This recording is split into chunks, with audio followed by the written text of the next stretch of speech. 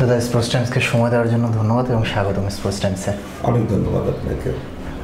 বাংলাদেশের ক্রিকেটে যারা অনেক আগে থেকে বাংলাদেশ ক্রিকেটটা ফলো করে তারা আসলে আপনাকেও ফলো করে এবং সেটা বাংলাদেশের ক্রিকেটের কল্যাণে এবং আপনার কল্যাণেও বাংলাদেশের ক্রিকেটটা এবং বাংলাদেশের ক্রিকেটারদের যাদের আসলে বাংলাদেশের মানুষরা ভালোবাসে তাদের সম্পর্কে অনেকে অনেক কিছুই জানতে পারে।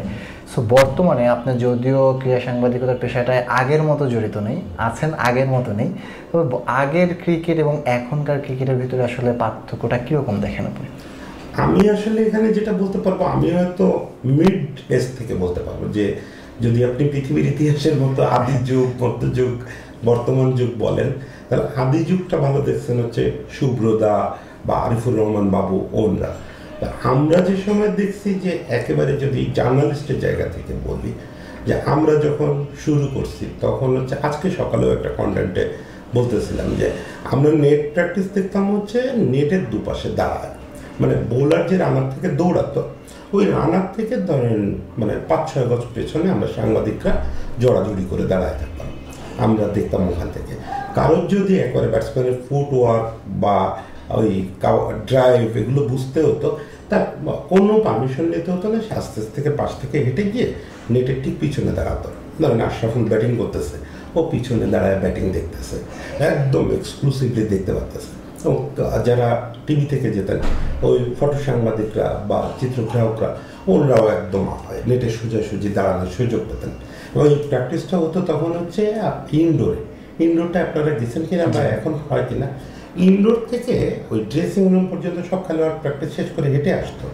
আমাদের ওখানে দুটো চান্স ছিল, এক হচ্ছে ব্যাটসম্যান যখন তার পর্ব শেষ করে সে দাঁড়াতো, সে আমাদের সঙ্গে দাঁড়াতো, মানে ওইখানে কে খেলোয়াড় আর কে সাংবাদিক আলাদা করা যেত না, সেও এসে দেখা যেত একজন সাংবাদিকের কাঁধে হাত দিয়ে কথা বলতেছে। ওই মাশরাফি ওরা তো মানে বসতোই সাংবাদিকদের মধ্যে বা দাঁড়াতোই ওখানে কথা বলতে বলতে স্টোরি হয়ে যেত।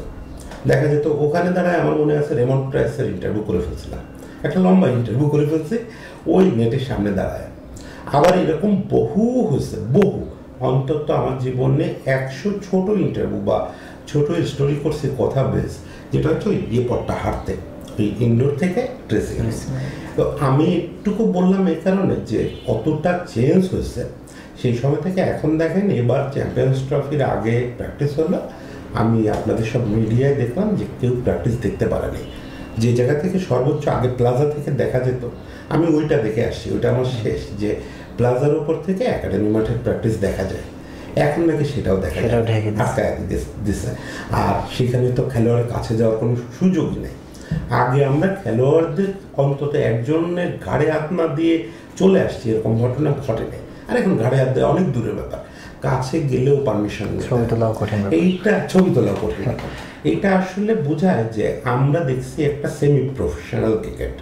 এখন ক্রিকেটটা মানে সত্যিকারের প্রফেশনাল হয়ে গেছে, তাতে হয়তো আমরা ক্ষতিগ্রস্ত হয়েছে, আমাদের প্রফেশন অনেক ক্ষতিগ্রস্ত হয়েছে, কিন্তু আলটিমেটলি সারা পৃথিবীতে এই জায়গায় চলে গেছে যে ক্রিকেটারদের সঙ্গে সাংবাদিকদের আর বন্ধুত্ব থাকবে না, ক্রিকেটারদের সঙ্গে সাংবাদিকদের রিলেশনটা হবে প্রফেশনাল, যেখানে আপনার অ্যাপয়েন্টমেন্ট নিয়ে কথা বলতে হবে, আগে থেকে মিডিয়া ম্যানেজারের পারমিশন নিতে হবে। মিডিয়া ম্যানেজারের পারমিশন নেওয়াটা শুরুতে আমাদের সিনিয়র সাংবাদিকরা অপমানিত হতেন। যখন এটা প্রচলনের চেষ্টা করলো বিসিবি, তখন সিনিয়র সাংবাদিকরা অপমানিত হতেন যে আমার কথা বলতে হবে সাকিবের সঙ্গে, এটার জন্য পারমিশন। ইনফ্যাক্ট সাকিব, এটা বাংলাদেশে সাকিব একটা টার্নিং পয়েন্ট। সাকিবই প্রথম এই জিনিসগুলো চালু করার চেষ্টা করলো। তার কাছে গিয়ে কেউ ইন্টারভিউ চাইলে সে বলতো একটু বোর্ডের সঙ্গে কথা বলেন, রাবিদ ভাইয়ের সঙ্গে কথা বলেন, রাবিদ ভাই অনুমতি দিলে তখন বলবো, মানে সেই প্র্যাকটিসটা শুরু করলো এবং আলটিমেটলি সেই জায়গায় চলে গেল পুরো। এখন কিন্তু কোনো ক্রিকেটারকে আপনারা ভালো বলতে পারবেন, আপনি অ্যাপ্রোচ করলেই বলবে যে ভাইয়া একটু যদি রাবিদ ভাইয়ের সঙ্গে কথা বলে নিতেন, তাহলে আমি বলবো সমস্যা নেই। তো এইটা জিনিস। আর একটা ওই যে কতটা চেঞ্জ দেখলেন, সেটা যদি ক্রিকেটই অর্থে বলেন, আকাশ আর পাতাল ভাই। যতই আমরা বলে আগাচ্ছে না, আসলেও যতটা আগানো উচিত আগাচ্ছে না। হয়তো ধরেন আমি 2002 থেকে মানে রিপোর্টিংয়ে আসছি, কাছ থেকে খেলা দেখতেছি, এই 25 সালে এসে যে জায়গায় থাকার কথা ছিল তা না, কিন্তু এটা ঠিক যে অনেক আগাইছে। ধরেন একটা মানে আমি আবার গল্প না করে বলতে কষ্ট হয় না, একটা পাকিস্তানের বিপক্ষে একটা ম্যাচে আমরা 300 রান প্লাস করে হেরে গেলাম, শহীদ আফ্রিদি শেষ বেলায় এসে এই মিরপুরে খুব দুমদাম মেরে ম্যাচ বের করে ফেললাম।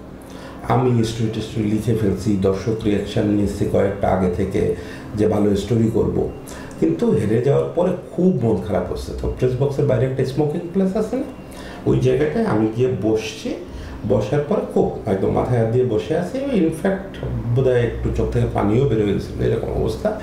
সুব্রতা এসে আমার কাছে বসছে, সুব্রতা বসে আমার ঘাড়ে হাত দিয়ে বলতেছে, সুব্রতা তো আমার লম্বা সময়ের বস, 9 বছরের বস, কিন্তু তখন বস না, তখন হচ্ছে আমি ইত্তেফাক। তো সুব্রতা বলতেছে যে ইনেসেন্স তোরা লাকি। আমি বললাম কেন দাদা, এইটা কোনো লাকের ব্যাপার হলে হার দেখে এসে বসেছে।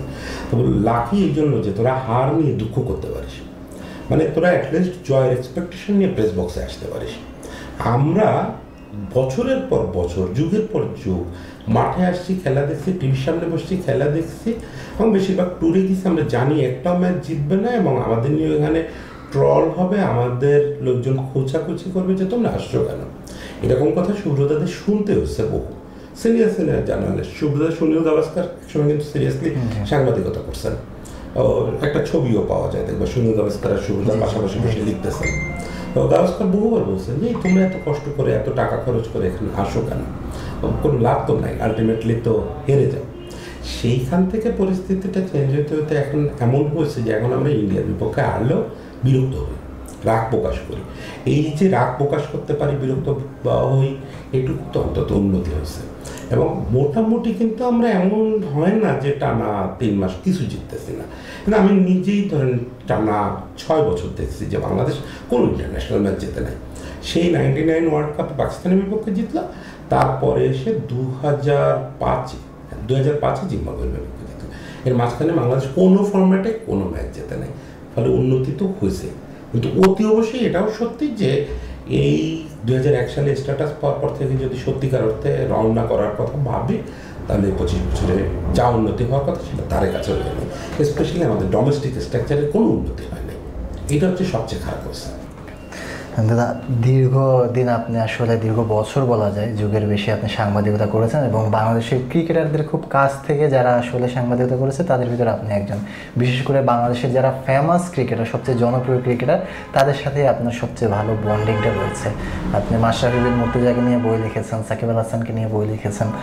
সো ওই জায়গাটা থেকে যদি বলি যে মাশরাফির সম্পর্কে যদি একটা খুব ভালো গল্প যদি আপনি বলেন, যে গল্পটা আপনার বলতেও ভালো লাগে, সেরকম একটা গল্প শুনতে চাই।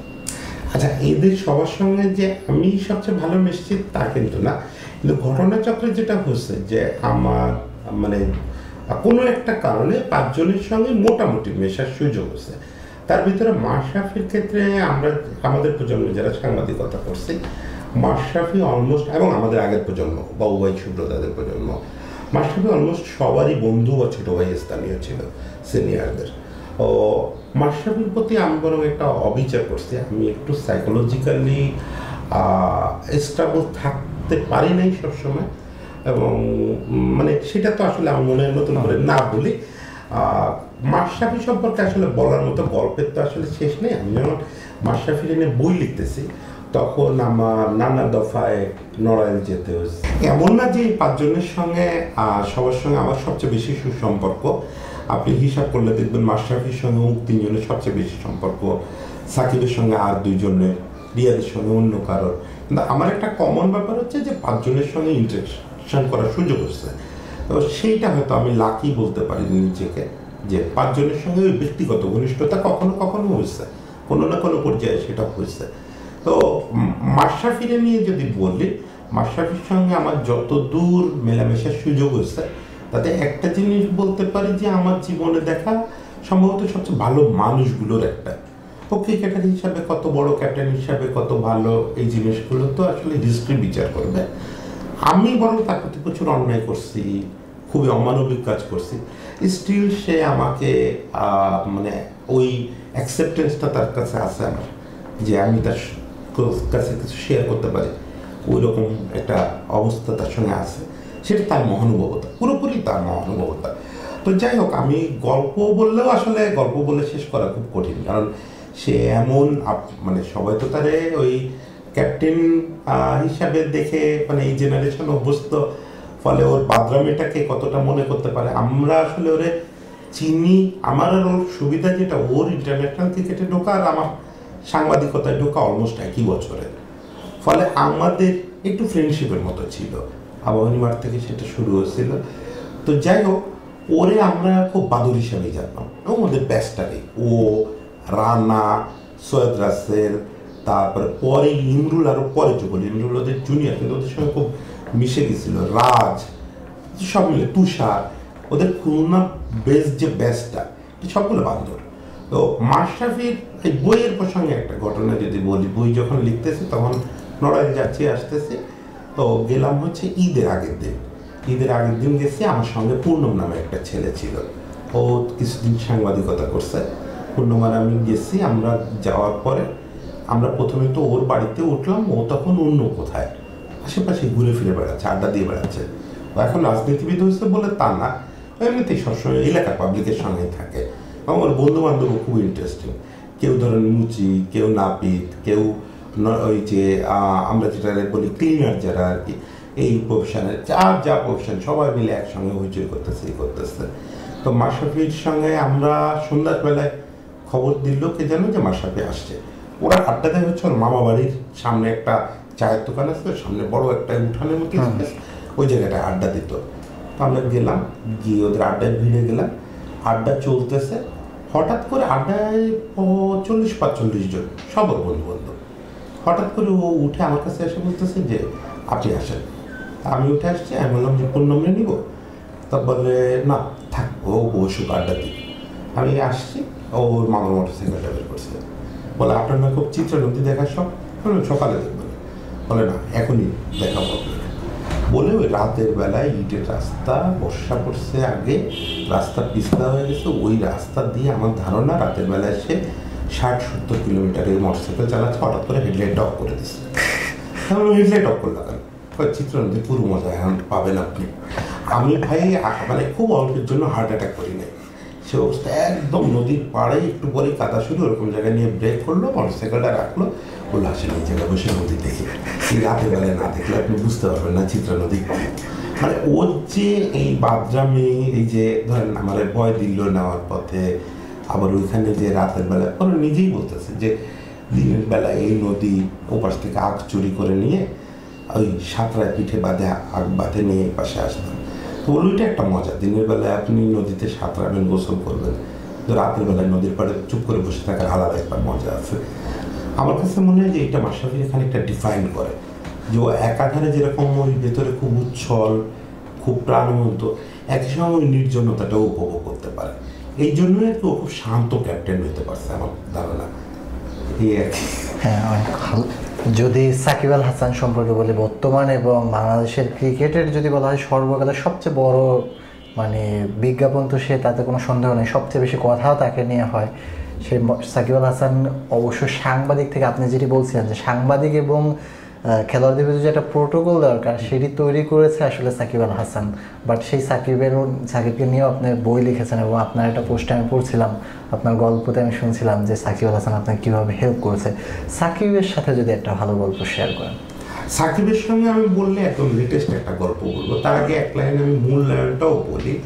সাকিব আমার কাছে মনে হয়, আমি সবসময় বলি যে গল্পটা আমি অনেকবার ইয়েতে লিখছি, সেটা না বলি যে ও আসলে কমিটমেন্টটা কিভাবে ইয়ে করে, যে ওর কাছে ও হচ্ছে আপনাকে যদি ছোট্ট একটা কথাও দেয়, ওই কথাটাও রাখবে, তাতে ওর নিজের বিপক্ষে যাক পক্ষে যাক এটা ভাববে না, কথা রাখবে।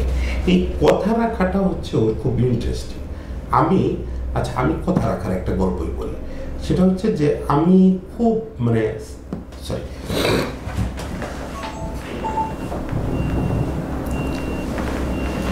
সাকিব যখন প্রথম ওয়ানডেতে অলরাউন্ডার নাম্বার 1 হলো, তারপর তখন আমি প্রথম আলোতে, তখন আমি শেরাটন হোটেলে, তখন এই পাশে শেরাটন হোটেলে পুল পাড়ে বসে ওর একটা ইন্টারভিউ নিয়েছিলাম, বেশ লম্বা। ওইটাই সাকিবের নেওয়ার প্রথম বড় ইন্টারভিউ ছিল। তো ওই সময় থেকে আমি ভাবতাম যে ও তো ওই ইন্টারভিউতেই বলতেছিল যে ওর ড্রিম আলটিমেটলি টেস্টে 1 নম্বর হওয়া, সেটা অনেক আগের কথা। তারপরে ও অনেকবার বিভিন্ন জায়গায় অন্যদের দেওয়া ইন্টারভিউতেও বলছে যে ও এমনিতে এগুলো নিয়ে খুব বদার করে না, কিন্তু ও টেস্টে 1 নম্বর অলরাউন্ডার হতে চায়। তো এই জিনিসটা আমি ফলো করতাম, ইনফ্যাক্ট বাংলাদেশের সবাই ফলো করতো যে সাকিব কোথায় আছে। দীর্ঘদিন ধরে এরকম হচ্ছিল যে ওয়ানডে তো 1 নম্বর অলরাউন্ডার, টেস্টেও 2 নম্বর অলরাউন্ডার হয়ে আছে, সামান্য কিছু রেটিং পয়েন্ট চেঞ্জ হলেও 1 নম্বর হয়ে যাবে, এরকম একটা অবস্থা কয়েক মাস ধরে চলতেছে। তখন আমরা অলমোস্ট এভরি ডে, মানে রোজ তো আর র্যাঙ্কিং আপডেট হয় না, র্যাঙ্কিং আপডেট হয় কোনো একটা সিরিজ শেষ হলে বা বড় টুর্নামেন্ট শেষ হলে। তো আমরা মোটামুটি প্রতিবার আপডেটের সময় দেখি যে কোনো আপডেট হলো কিনা। একদিন সকালে, তখন আমি হচ্ছে ইন্দিরা রোডের বাসায়, আমি তখন সকালের খবর বলে একটা পত্রিকা ওরা বড় করে আসবে এই ইয়েতে, আমি জয়েন করছি ওখানে। আমি খুলে দেখি ওই ক্লিক ইনফো, সকালে উঠে দেখার অভ্যাস, ক্লিক ইনফো খুলে দেখি যে বাংলাদেশ চ্যাপ্টারের প্রথম নিউজটাই হচ্ছে যে সাকিব টেস্টে অলরাউন্ডার নাম্বার 1। তো খুব মানে নস্টালজিক লাগতেছে যে আজকে যদি প্রথম আলোতে থাকতাম, আজকে নিশ্চয়ই সুব্রতা আমার অ্যাসাইনমেন্ট দিত যে যা সাকিবের আর একটা ইন্টারভিউ করে নিয়ে আসে। এখন এটা তো রিয়েলিটি যে প্রথম আলোর জন্য এটা খুব সহজ। এক হচ্ছে প্রথম আলোর সঙ্গে দীর্ঘদিন কলাম লেখক হিসেবে কাজ করছে, তখনও আমার যতদূর মনে পড়ে প্রথম আলো কলাম লেখক সে, ফলে প্রথম আলোর জন্য এটা খুব সহজ। প্রথম আলোতে যেই কাজ করুক, ওইটা আসলে আমার ক্রেডিট না, ওইটা আমার বদলে রামশ্যাম যে থাকতো সেই পেত ওই অ্যাসাইনমেন্ট। তো আমি খুব দুঃখ নিয়েই আমি ভাবলাম যে একবার চেষ্টা করে দেখি। আমি প্রথম আলো থেকে বের হওয়ার পর কিন্তু কোনোদিন সাকিবের ফোন দিই নাই। ওর সঙ্গে আমার রিলেশন সবসময় খুব ফর্মাল। ওই যে সুব্রতা পাঠাতো, সুব্রতা ওরা বলে দিত যে দেবব্রত যাচ্ছে, ওর ইন্টারভিউ দিয়ে, ও ইন্টারভিউ দিত, ওটা হাত মিলাতো, চলে যেত। কখনো এর বেশি রিলেশন ছিল না। ওই দিন আমি ফোন দিলাম এবং সে খুব আনএক্সপেক্টেডভাবে সে ফোন ধরে বললো যে ভাই কোনো খবর আছে নাকি। তা আমি বললাম ভাই, মানে আমি তো প্রথম খানিকক্ষণ একবারে কথাহীন হয়ে গেছি, কারণ প্রথম আলো থেকে বেরোনোর পরেই সবাই বলে যে এখন আর সাকিবরে পাবা না। আশরাফি ঠিক আছে, সাকিব আর তোমার সঙ্গে কথা বলবে না, ফোন দিয়ে দেখো একদিন। প্রথম আলোর বাইরে কার সঙ্গে কথা বলে না, তো এটা তো মাথার ভিতরে ঢুকে আছে, সেই কারণেই কোনোদিন ফোন দিলেই। তো ও যে ফোন ধরবে এটাই আশা করিনি। তারপরেও 7 সকালে, তখন 8টা 8:30 বাজে, এবং ফোন ধরে প্রথম বুঝতেছে কী ভাই কোনো খবর আছে নাকি। তাই বললাম যে খবর আছে, বুঝলেন কী করে। তা বললো সাংবাদিকরা সকালে ফোন দেয় খবর জানাইতে, আর বিকালে ফোন দেয় খবর নিতে, এটা হচ্ছে একটা কমন প্যাটার্ন। সকালবেলায় তো আমার নিজের কিছু ঘটবে না যে আপনি আমারে ফোন করে জানতে চাইবেন, সকালবেলা নিশ্চয়ই আপনি কিছু জানছেন যেটা আপনি আমার জানাইতে চান। তাহলে ভাই আমি জানছি এরকম আপনি টেস্টে 1 নাম্বার আছে। তখন প্রথমবারের মতো আমি লাইফে দেখলাম যে ও একটু থতমত হয়ে গেছে, বলতেছে সত্যি আপনি কই দেখছেন। তারপরে ক্লিক ইনফো দেখছি, পরে আমি আইসিসির ওয়েবসাইটে চেক করছি, বলে আপনি ভালো করে চেক করছেন। আমি বললাম শিওর ভাই, আমি চেক করছি এবং আপনার ওয়ান অলরাউন্ডারের নিউজ আমি জানাইছিলাম, এটাও আমি জানাইলাম, এটা মাথায় রেখেন। বললো থ্যাংক ইউ ভাই, এটা আসলে আপনি তো জানেন, এটার জন্য আমি ওয়েট করতেছিলাম, এটা আসলে অনেক বড় খবর দিলেন। তা আমি একটু মজা করে বললাম যে বড় খবর যেহেতু দিলেন তাহলে একটা গিফট দেন। তো বললো যে কী গিফট চান বলেন। তা আমি বললাম একটা ইন্টারভিউ চাই, প্রথম আলোর বাইরে তো আপনি ইন্টারভিউ দেন না, তো আমার একটা ইন্টারভিউ দেন, একটু বড় করে ইন্টারভিউটা নেব। তো সে বলতেছে যে আমরা 5 মিনিট সময় দেন, আমি আপনার কল ব্যাক করবো। ও রেখে দিল, রেখে দেওয়ার পরে আমার মনে হলো যে বিরাট গাধার কাজ করছি, কারণ ও যে মানে পাইছিলাম, আপনি সাংবাদিক হিসাবে জানেন এই ফিল্ডটা, যে পাইছি 2টা কোট নিয়েও তো একটা স্টোরি হয় যে ভাই কেমন লাগতেছে, তো অনুভূতি জানলেই তো একটা বড় স্টোরি লিখে ফেলা যায়। তা না করে আমি ইন্টারভিউ আসছে, এগুলো গেল ওগুলো গেল, ও আর ব্যাক করবে নাকি, এটা তো সবাই বুঝে যে ব্যাক করবে না। 5 মিনিটও যায় না, 3-4 মিনিটের মধ্যে সে ব্যাক করছে। ব্যাক করে আমার বলতেছে কী কী প্রশ্ন করবেন করেন, তবে একটু মানে খুব বড় করেন না জিনিসটা, আমার একটু কাজ আছে। আমি করলাম মোটামুটি 20-25 মিনিট কথা বললাম, রেকর্ড করলাম। রেকর্ড শেষে আমি জিজ্ঞেস করলাম যে ভাই আপনি ব্যাক করলেন, এটা আশা করিনি। তো বললো কেন, আমি আপনাকে কথা দিচ্ছিলাম, যদি ইন্টারভিউ নাও দিতে পারতাম সেটা ব্যাক করেই জানাইতাম, তো এটা তো কথা দিলে রাখতে হবে। তো তা আমি বললাম যে তাইলে এই টাইমটা নিলেন কেন। তা বললো যে আমি আসলে এক জায়গায় জানাইলাম যে আমি ইন্টারভিউ দিতে পারবো কিনা। বললাম প্রথম আলোতে। বললো হ্যাঁ, আমি সুব্রতারে ফোন দিচ্ছিলাম যে আমি যেহেতু কন্ট্যাক্টেড ওদের সঙ্গে, আমি কি এক্সক্লুসিভ ইন্টারভিউ অন্য কোথাও দিতে পারবো কিনা, তো সেটা কন্ট্যাক্ট ভাঙে কিনা। ও আবার এই জিনিসগুলো খুব সচেতন থাকে, যে ওরা আপনি কিছু একটা লিখতে বলবেন বা জিজ্ঞেস করবে যে দাঁড়ান তো একটু শুনে নি সোহানের কাছে, ওর খালাতো এজেন্ট আর কি, যে এটা আমার করা ঠিক হবে কিনা, ওইগুলো। কিন্তু পরের দিকে সে কী হলো আমি বুঝলাম না, খুব অসচেতন কাজ কারবার করলো। ও ওই সময় আমি দেখতাম সবসময় খুব আইন কানুনের ব্যাপারে কোনো নিয়ম ভঙ্গ না হয় এগুলো খুব সচেতন থাকতো। তো বললো যে আমি সুব্রতাকে কনফার্ম জিজ্ঞেস করলাম যে আমি কি দেবদারে একটা ইন্টারভিউ দিতে পারি। সুব্রতা বললো হ্যাঁ পারেন, কোনো সমস্যা নেই। তখন হচ্ছে আমি ইন্টারভিউ দিলাম।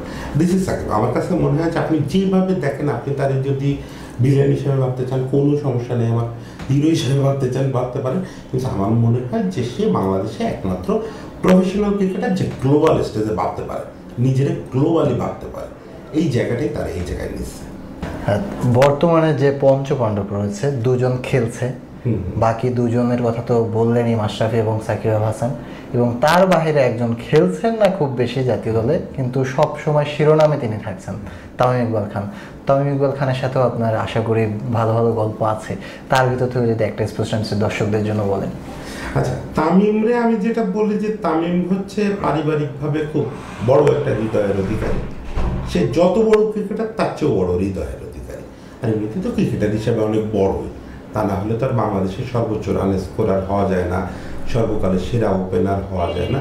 তামিম হচ্ছে খুব, মানে আমার কাছে মনে হয় এটা ওদের ফ্যামিলির একটা বৈশিষ্ট্য। মানে আমি ওর বাবারে পাই নাই, কিন্তু ওর বাবা হচ্ছে বাংলাদেশের ক্রিকেট বলেন, ফুটবল বলেন, চিটাগাং থেকে যে স্রোতটা ঢাকায় আসছে, যারা আসছে, ফুটবলেও অনেক আসছে, এদের সবার গ্রুমিং হচ্ছে ওর বাবার হাতে। ওর বাবা হচ্ছে চিটাগাংয়ের একদম প্রবাদপতির মানুষ, এবং যখন ডায়াবেটিসের কারণে ওরা পা কেটে ফেলতে হলো, তার ক্লাসে ভর করে দিয়েও বাচ্চাদের ট্রেনিং করাতেন, এবং ইনক্লুডিং তামিমের নিজেরও হাত ধরে নিয়ে যেতেন। বাবার পা কেটে ফেলা হয়েছিল, জানা ছিল না। তামিম ইকবালের পা, মানে ইকবালের পা কেটে ফেলা হয়েছিল। ইকবাল খান তামিম ইকবালের বাবা, যিনি, ওনার পা কেটে ফেলতে হয়েছিল ডায়াবেটিসের কারণে। পরে ডায়াবেটিস জনিত জটিলতায় হার্ট অ্যাটাক করে মারা গেছিলেন। ও হার্ট একবার অপারেশন হয়েছিল সম্ভবত, পরে ওইভাবে মারা গেছেন। তখন তো আসলে এই ডায়াবেটিসের ট্রিটমেন্টটা এত ভালো ছিল না, আর ওরা তো আসলে এমন একটা ফ্যামিলি, ওদের ওই ফুড কন্ট্রোল করা খুব কঠিন ওদের লাইফ স্টাইলের কারণে। কিন্তু ইকবাল খানের অবদান মানে বাংলাদেশের ক্রিকেটে এটা আলাদা করে বলা দরকার, সেটা আর এক সময় অন্য এক জায়গায় বলবো। তো ওদের সবার একটা বড় ব্যাপার হচ্ছে, আমার কাছে ইকবাল ভাই বাদে বাকি সবাই দেখছি, তামিমের সব কয় চাচারে দেখছি, এবং ওরা এক চাচা বাদে বাকি সবাই কিন্তু ঢাকায় ক্রিকেট খেলছেন, মানে প্রিমিয়ার লিগ তখন তো ছিল না, ফার্স্ট ডিভিশন খেলছেন। আকরাম ভাইরে তো আপনারাও দেখছেন। ওরা সবাই হচ্ছে আমার কাছে মনে হয় বিশাল দেহি বাচ্চা। মানে আপনি একদম মানে একটা অভিমানী বাচ্চারে বিশাল দেহি ঢুকাই দিলে যে অবস্থা হবে, তামিম বলেন, আকরাম ভাই বলেন, অন্যান্য ভাই, ওর একটা চাচা তো মারা গেলেন, সবাই ওরকম, মানে প্রচণ্ড অভিমান ভিতরে। আপনি একটু অবহেলা করলে, একটু আঘাত করে কথা বললে খুব কষ্ট পাবে। আবার হচ্ছে যে যখন আপনার ভালোবাসবে একদম উজাড় করে দেবে, আপনার ভালোবাসলে আপনার জন্য সে সব কিছু করতে রাজি আছে, নিজের সর্বস্ব বিলায় দিতে রাজি আছে। তো আমি তামিমের একটা এইটা মিন করে এরকম একটা গল্প বলি, সেটা আমার সাংবাদিকতা ছাড়ার পরে। সেটা হচ্ছে আমি যখন নগদে জয়েন করলাম, হ্যাঁ, মানে কীরকম ছেলে এবং কত আগের জিনিস মনে রাখে। নগদে জয়েন করার কথা বলতেছি, আমার যে নগদের তখনকার এমডি ছিলেন তানভীর মিশুক। তানভীর মিশুক হচ্ছে তামিমের প্রায় ব্যক্তিগত বন্ধু। তো আমি প্রথম যেদিন আমার এমডির রুমে গেলাম ওনার একটা ব্রিফ নেওয়ার জন্য, আমি তো পিআরে কাজ করি, ফলে তখন এমডির ব্রিফ নিতে হতো। আমি তানভীরের রুমে ঢুকছি, ঢুকে দেখি ওখানে তামিম বসে।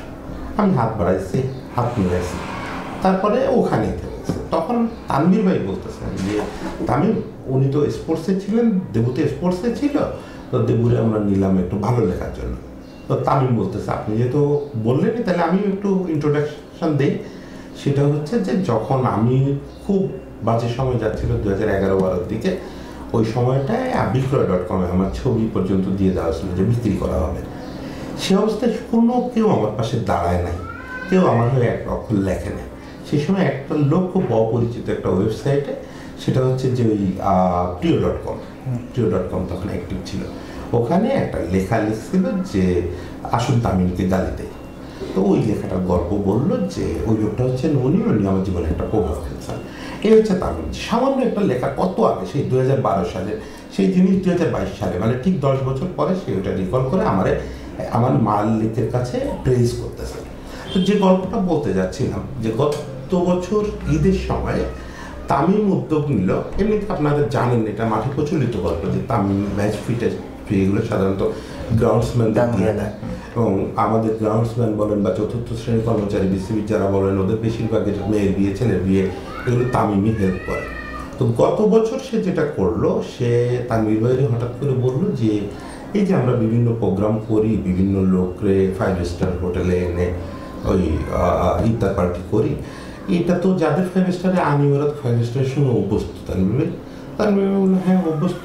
বললো এক কাজ করেন না, এই যে মাঠে সারা বছর আমাদের যে ক্লিনাররা যারা এই যে ড্রেসিং রুমটা পরিষ্কার রাখে, ওয়াশরুমগুলো পরিষ্কার রাখে, এই কতগুলো খালা আছে, প্রায় 40-50 জন আছে, পুরো স্টেডিয়াম জুড়ে কাজ করে। এরা তো কোনোদিন 5 স্টার হোটেল দেখেও নেই। তো এদেরকে সবাইকে এনে একদিন ইফতার করাইলে কেমন হয়? এবং তানভীর ভাই সেটা অ্যাপ্রুভ করছে, বাজেটটা তানভীর ভাই দিচ্ছে, কিন্তু তামিম ওদের সবাই নিয়ে আসছে এখনকার সেরাটন হোটেল যেটা বনানীতে আসছে। ওনাদের আমি রিয়াকশন নিলাম। ওনারা স্রেফ মনে হলো যে ওনাদের লাইফ টাইম একটা মনে হয় আসলে তো লাইফ টাইম। মানে আমি যদি ধরেন আমার মানে সাংবাদিকতা না করতাম তাহলে জীবনে কতবার 5 স্টার হোটেল দেখতাম, সেখানে ওনারা তো সুযোগই পান না। পরে ওনাদেরকে 50,000 করে টাকাও দিল। মানে তামিম যখন কথা বলতে উঠলো তখন বললো যে আমি গ্রাউন্ডসম্যানদের পাশে দাঁড়াচ্ছি বিভিন্ন সময়, যতটুকু সামর্থ্য নানা রকম করি। এর মাঝে আমার হঠাৎ করে মনে হলো সেটা হচ্ছে যে যমুনা টিভি সম্ভবত বিপিএল এর ফাইনালের একটা স্টোরি করছে, তামিমরে নিয়ে একটা স্টোরি করছে। সেখানে ওর পেছনে এক মহিলা ওই উইকেট থেকে ঝাড়ু দিয়ে দিয়ে উইকেটের পাশ থেকে পাতা সরাচ্ছে। ওই জিনিসটা ও আবার টিভিতে যখন দেখতেছে ওর মনে হচ্ছে যে যে পেছনের যে মহিলা ওটার কথা তো কেউ বলতেছে না, শুধু আমারই দেখা যাচ্ছে ফ্রেমে। তো ওনরা যদি ঝাড়ু দিয়ে এই কাজগুলো না করতো তাহলে তো আমি খেলতে পারতাম না এখানে। ও এখানে বলতেছিল যে যদি একটা দিন ওয়াশরুম ক্লিন না করা হয় তাহলে কোথায় যাবে ইন্টারন্যাশনাল ম্যাচ? চিন্তা করে দেখেন, সেক্ষেত্রে ইন্টারন্যাশনাল ম্যাচে আমরা যখন সেঞ্চুরি মারি ওই ক্রেডিটটা তো ওই খেলারও। তো ওর চিন্তা হচ্ছে এই লাইনের। এই হচ্ছে আমার কাছে তামিম ইকবাল। অসাধারণ। আসলে যতটুকু এমনিতে আমরা জানি বা শুনি বিভিন্ন মিডিয়ার মাধ্যমে বা যতটুকু দেখি তার চেয়ে আসলে অনেক বেশি কিছু জানা যায় যারা আসলে আপনারা কাছাকাছি ছিলেন তাদের কাছ থেকে।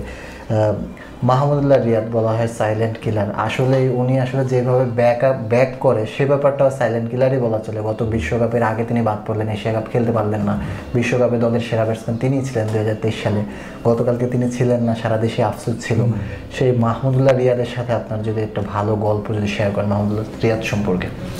রিয়াদের সঙ্গে না প্রথম যে তিনজনকে নিয়ে কথা বললাম, সাকিব, তামিম, মুশফিক, ওদের সঙ্গে যেমন পার্সোনাল ইন্টারাকশন ঘটনাচক্রে তিনজনের বাসায়ও গেছি, বাড়িতেও গেছি। সাকিবের বাড়ি যায়নি, সাকিবের বাড়িটা যাওয়া হয়নি। কিন্তু রিয়াদ বা মুশফিকের সঙ্গে ওই লেভেলের সম্পর্ক আমার কখনো হয় নাই। কিন্তু রিয়াদকে আমার খুব ইন্টারেস্টিং মনে হচ্ছে এই জায়গাটায় যে তার জীবনে সম্ভবত কোনো আফসোস নাই। আমার মানে আমরা কিন্তু এই রিয়াদকে নিয়ে অনেক আফসোস করি। এই যে যেমন কালকে সে খেলতে পারে না, এই সমস্ত দেশ আপনি যেটা বললেন যে আফসোস করতেছে। আমি রিয়াদের সঙ্গে বহু কথা বলে দেখছি। এবং একটা মজার ব্যাপার হচ্ছে যে আমি এখন যে প্রতিষ্ঠানে চাকরি করি এই প্রতিষ্ঠানে এই 5 জনই ব্র্যান্ড অ্যাম্বাসেডর হিসেবে কখনো কখনো কাজ করছে। ফলে আমি খেলা ছাড়ার পরে এদের সঙ্গে আরও বেশি মিশতে পারছি। তো রিয়াদকে আমি এই সময় বিভিন্ন ইস্যু, পুরনো ইস্যু নিয়ে কথা বলার চেষ্টা করছি। আর ও তো জানে যে এখন কথা বললে এটা অফ দ্য রেকর্ড পুরোটাই, ফলে নিঃসংকোচে শেয়ার করে। কিন্তু আমি একটা জিনিস দেখছি যে ওর ভিতরে আফসোস বলে কিছু নাই। ও পুরো ব্যাপারটা, ওরা দুজনেই, ও আর মুশফিক, ওরা হচ্ছে অনেক বেশি সৃষ্টিকর্তার উপরে বিশ্বাস করে, রিচুয়ালস ফলো করে, প্র্যাকটিসিং মুসলিম একেবারে। তো ওর প্র্যাকটিসিংটা ব্যাপারটা এরকম না যে আসলে ওই করতে হয় বলে করা, তা না।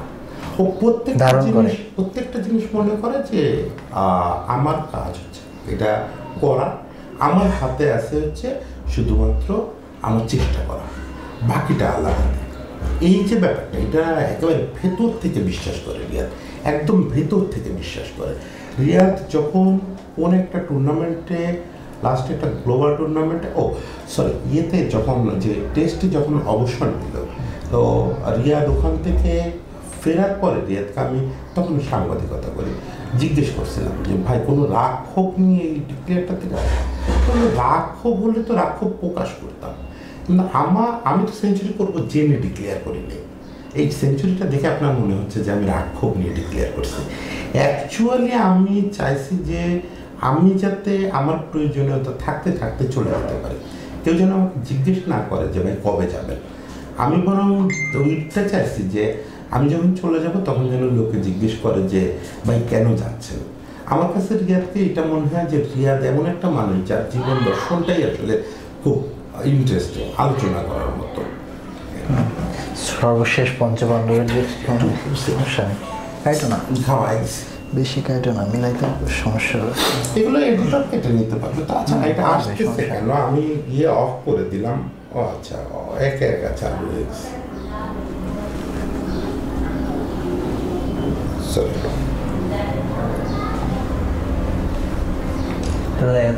এত বড় ইন্টারভিউ দিচ্ছেন,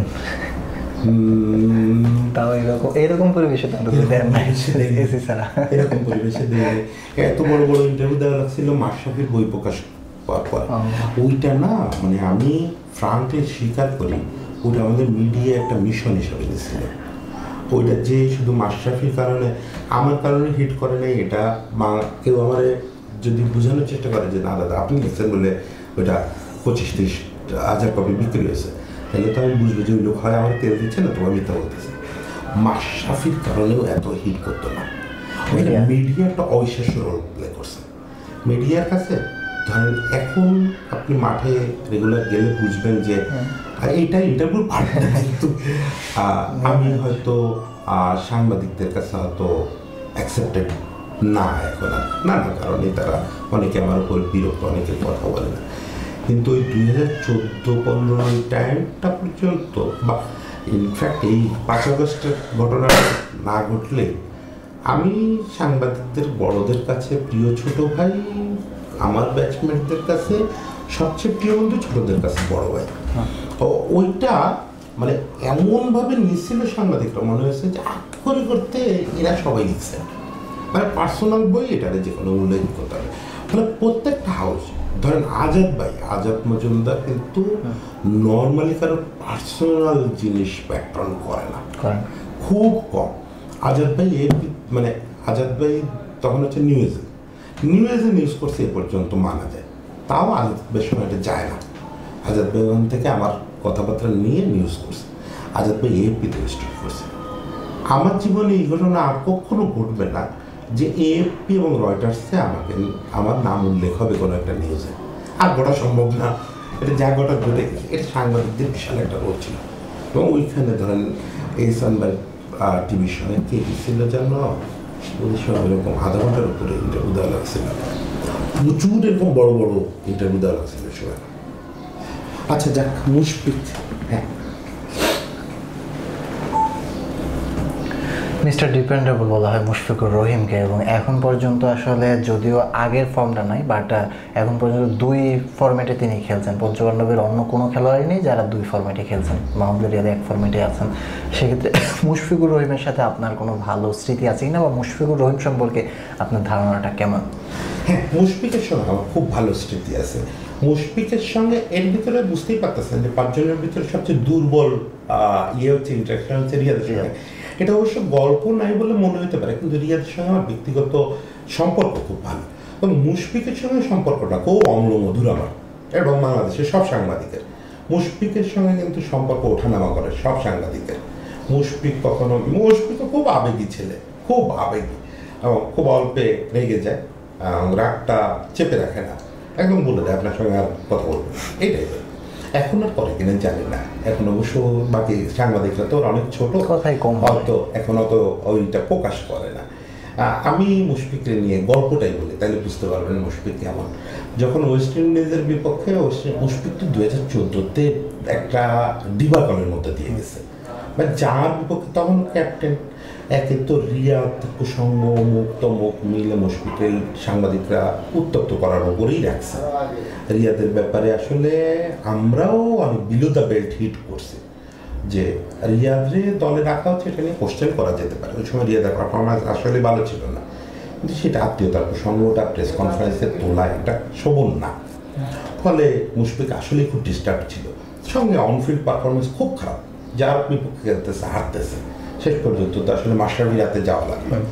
ওরকম অবস্থায় ওয়েস্ট ইন্ডিজে ট্যুর করে আসছে, আসার পরে এয়ারপোর্টে যেটা হয়, ট্যুর শেষে এয়ারপোর্টে এখন কি হয়, এটা সবাই যায়, হ্যাঁ, ওইটা আমরা যেতাম। আমি এয়ারপোর্টে মুশফিককে একটা কোশ্চেন করলাম, মুশফিক সেটা বেশ রাগ হয়েছিল। মানে আমি ঘুরা পেছে যেটা বলতে চাইছিলাম যে আপনার কি উচিত না এখানে বসেই ক্যাপ্টেন্সি ছেড়ে দেওয়া, এরপরও কন্টিনিউ করা। তো এটা সাকিব হইলে হয়তো এটা স্যাভেজ উত্তর দিত, মাশরাফি হইলে হয়তো বলতো যে উচিত, আমি কথা বলবো। রিয়াদ হইলে হয়তো বলতো যে এটা আসলে বোর্ড এবং স্রষ্টার হাতে, আমার একজনকে এককভাবে তামিল বলে কেটে দিত, তাই বলতো এটা আপনি কেন বলতেছেন, এটা আমি আর বোর্ড দিব। যাই হোক, মুশফিক এটার উত্তর দিল মোটামুটি একটা। মুশফিক তারপর থেকে 3 বছর আমার সঙ্গে কথা বলেনি, তা পাক্কা 3 বছর মুশফিক আমার সঙ্গে কথা বলেনি। এর মাঝে ওইটা নিয়ে আমি মুশফিকের সঙ্গে রসিকতা করতেছিলাম। আমি দিনের পর দিন তার কোনো অ্যাচিভমেন্ট হলে, এরপরে তো মুশফিক আবার দুর্দান্ত ফর্মে আসলো, কিছু অ্যাচিভমেন্ট হলে মেসেজ দিতাম, এমনি এমনি মেসেজ দিতাম। এখনও আমি অলমোস্ট পরিচিত ক্রিকেটার যারা আছে তাদের উইশ করি, অমুক করি, তমুক করি। তো এই অবস্থায় 3 বছরের মাথায় এসে মুশফিকের 1 যুগ পূর্ণ হলো টেস্টে। তখন আমাকে আমাদের যিনি মালিক আর সম্পাদক তাসমিমা বেগম, উনি নিজে ডেকে বললেন যে মুশফিকের নাকি কালকে 1 যুগ পূর্ণ হবে, উনি ক্রিকেটটা ফলো করেন। তা আমি বললাম জি ম্যাম। তো বললো যে তুমি কি মুশফিকের একটা ইন্টারভিউ নিতে পারবে? আমি তো নাই হয়েছি। ওনারা তো জানে যে দেবু বড় সাংবাদিক, সবাই রিচ করতে পারে। মুশফিক যে আমার সঙ্গে কথা কয় না এটা তো আর বলতে পারতেছি না। আমি এখান থেকে বেরোই মুশফিককে মেসেজ দিয়েছি যে ভাই আমার চাকরি বিপদে পড়ে গেছে, আপনি একটা ইন্টারভিউ দেন। সে আমার কল ব্যাক করছে, 3 বছর কিন্তু কথা বলে না। কল ব্যাক করে বলতেছে যে পরের দিন হচ্ছে সেলিব্রেশন, 12 বছর পূর্তি, ইন্টারভিউ নিলে পর দিন নিতে হবে। ফোন দিয়ে বলতেছে যে আপনি কালকে 11টার সময় একাডেমি মাঠে আসেন, ইন্টারভিউ দিবেন। তাই বললাম আপনি মেসেজ করছেন এবং কল ব্যাক করছেন, এটা তো বড় বড় 3 বছর তো কথাই বলেন না। কথা বলেন এটাও ইচ্ছা করে, ফোন দিলাম সেটাও ইচ্ছা করে। তাই কেন ফোন দিলেন? তো বলে চাকরির অজুহাত দিচ্ছেন, এই জন্য ফোন দিই নাই। ফোন দিচ্ছে হচ্ছে আমি আপনার ধৈর্যটা দেখলাম, আমি আপনার এই যে ধৈর্য দেখাইছেন না, আমি মানুষের এই জিনিসটা খুব পছন্দ করি, এই যে লেগে থাকা একটা কিছুর পেছনে। এটা মুশফিক পরে আমার ইন্টারভিউতেও বলছে। মুশফিক কিন্তু বলে যে আমি প্রতিভার ব্যাপারে খুব বিশ্বাসী না, আমি বিশ্বাস করি যে আপনি কতটা লেগে আছেন জিনিসটার প্রতি।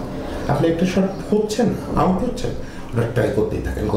তো ওই দিন আমার ওই প্রশংসাটা করছিল, যদিও আসলে আমি আজ তো লেগে থাকার লোক না, কেমনি কেন ওটা হয়ে গেছে। ও বলছিল যে আমি আপনার ভিতরে ওই জিনিসটা দেখছি যে আপনি হাল ছাড়েন না, আপনি 3 বছর পরেও এর ভিতরে তো বহুবার মেসেজ দিচ্ছেন, আজও আপনি ইন্টারভিউ চেয়ে মেসেজ দিচ্ছেন। এটা আমার কাছে মনে হয়েছে যে এটাকে অ্যাপ্রিসিয়েট করা উচিত। আসেন মুশফিক ওই দিন 40 মিনিট আমার জন্য ওয়েট করছিল। আমি তখনও 60 ফিটে জ্যামে আটকায় আছি, তখনও সে আমার ফোন দিচ্ছে আপনি কি আসবেন না, আমি কিন্তু চলে যাব। প্র্যাকটিস শেষ হয়ে গেছে, 40 মিনিট কেটে গেছে, সে একা একা একাডেমি মাঠের কোনায় এখন ওই ঘরটা কি আছে, ওইখানে কয়েকজন সিনিয়র ক্রিকেটার নাম প্রকাশে অনিচ্ছুক, তার করতো একাডেমির পিছনে না, একাডেমি মাঠটা আছে না যেখানে প্র্যাকটিস হয়, নেট আছে অনেকগুলো, নেটগুলোর ঠিক অপোজিটে বাম পাশে একটা ছোট্ট একটা ঘর ছিল, ওটাতে ভেঙে ফেলছে। ওই ঘরটা ছিল একটু সিনিয়র ক্রিকেটারদের আড্ডা দেওয়ার জায়গা। ওখানে 2-1 যারা স্মোক করে তারা স্মোক করতো। মুশফিক কোনোদিন স্মোক করে না, এটা আবার দর্শক ভাবে যে মুশফিক বোধহয় স্মোক করে। মুশফিক ওই রুমটার ভিতর বসে আমার ইন্টারভিউ দিয়েছিল এবং ইন্টারভিউটা নিয়েছিলাম অলমোস্ট 1 ঘন্টা, এবং ইন্টারভিউটা 3 ধাপ ইত্তেফাকে ফার্স্ট পেজে ছাপা হয়েছিল। ওইটা আমার জীবনের বড় একটা ইন্টারভিউ। দিস ইজ মুশফিক, যে নিজে শুধু লেগে থাকে না, লেগে থাকা লোককে অ্যাপ্রিসিয়েটও করতে পারে। এই তো আমার মনে হয় 5 জন বলে ফেলছে। ধন্যবাদ দাদা, এই যে এমন একটা পরিবেশে এত কষ্ট করে হলো স্পোর্টস টাইমসের দর্শকদের অনেক কিছু জানানোর জন্য ধন্যবাদ। আমি আপনার কাছে খুব কৃতজ্ঞ যে আমার খুব পছন্দের কিছু বিষয় নিয়ে কথা বলার সুযোগ করে দিচ্ছেন। কারণ কেন যেন মনে হয় যে এই কথাগুলো শোনার লোক আর নাই। আমি জানি আপনারা তো ভিউয়ার হবে না, কিন্তু না, শোনার লোক নেই বলতে গল্প সবাই শুনতে চায়, এখন আসলে ওইরকম বলার সুযোগ হয়তো পায় না সাংবাদিকরা অন্যান্য ব্যাপার নিয়ে আসলে।